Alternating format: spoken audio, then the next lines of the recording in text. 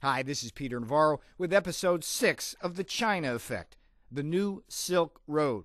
This episode is brought to you by my book, The Coming China Wars. This episode features an interview I did for CNBC. Let's take a look.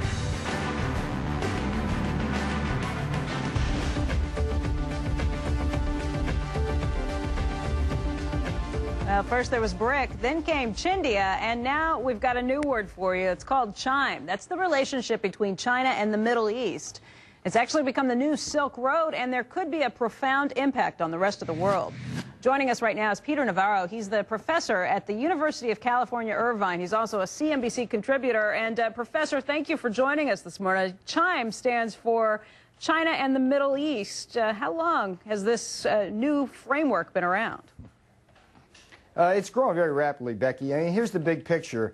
Within 15 years, China is going to be importing 3 times as much oil from the Middle East as the United States is. So basically, China's got to figure out a way to balance its trade book. So they want to sell capital goods, they want to sell consumer goods, they want to help the Middle East build up the infrastructure. Now, from the Middle East point of view, this relationship works for a number of reasons. First of all, the Middle East has a much younger demographic than the rest of the world and than we do. And what that means is high unemployment and a lot of people they need to employ. So what the Middle East is trying to do, particularly the Saudis, is to industrialize their economy. Rather than just pumping oil out of the ground, they want to make things. So China is helping them do that.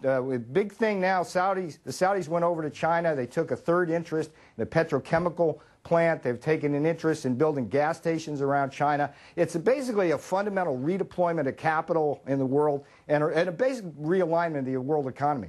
You know, Peter, we've seen a lot of this from some of these sovereign funds coming from the Middle East, making some of these different investments. That's been coming as we've watched the price of oil climb. But what happens if oil prices drop, let's say $30, $40, $50? Does Chime kind of go by the wayside? Oh, well, the appetite for oil is certainly not going to go by the wayside in China. And really, the only way I think oil drops that way is a depression. So then we got a whole different set of problems. The bigger picture here is this new Silk Road thing. It's not just China and the Middle East. It's getting China and the Middle East and India connected. It's getting the western part of China connected to Central Asia and then over to Europe. And basically, we've got pipelines being built. We've got 87,000 miles of roads being built on this new Silk Road. There's competition for natural gas between China and Europe now in Central Asia. And basically, we've got a fourth of the world's circumference and a half of the world's people on this new Silk Road. And basically, if you're an investor trying to parse all of this out, it's going to have implications for the dollar. It's going to have implications for investing in U.S. stocks versus being diversified internationally. And it's going to be a big chessboard that everybody's going to try to figure out. Okay, so of these two sides, is this a mutually beneficent relationship, or is there one side that comes out on top? I think it's very mutually beneficial. I think the loser here possibly is the United States in the sense of even now as we speak, the Chinese are going in developing relationships with the Saudis. In the past, the U.S. basically has had getting a lot of their oil from the Saudis, a lot of their capital goods, weapons they sell to the Saudis. China's coming into the act. I think this is a very new relationship. There's going to be some nervousness about it. I mean, China's very tight with Iran. That makes some of the Gulf states nervous. In the short run, there may be more volatility. But over time, if China has a really strong stake in the Middle East, it actually may help bring some stability to that region. Really? How so? Well, China does not want any disruptions in the Persian Gulf. I mean, why are we over in the Middle East? We want their oil. We don't want the Persian Gulf to be disrupted. If China basically has that same kind of relationship, instead of feeding weapons and nuclear technology to Iran, they help be a moderating force in the region rather than one which is now very divisive. You know, and Peter, you were saying that this is something that's been happening rather rapidly, but how quickly before you think that this is just something that we talk about all the time, chime being a real buzzword? Is that happening right now? Is it 6 months? Is it 2 years?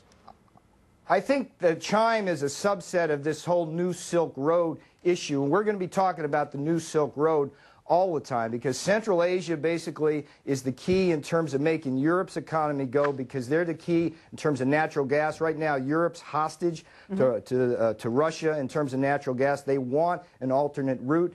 India, for example, the western part of India, the southern part of India are booming, but the eastern part of India around Calcutta, very poor. They're having political problems. If you can link that Silk Road through the Middle East, that area can go. There's one thing in Dubai, for example. Dubai is doing amazing things in real estate. Dubai is going in, developing 40,000 acres, creating 100,000 jobs in India, spending $20 billion building 3 new towns. I mean, that's off the charts. That's why this whole issue of the global economy decoupling from the U.S. is good news. It's bullish because it means that this country doesn't have to continually pull the rest of the world. All right, Peter, thank you so much for joining us today. Appreciate it.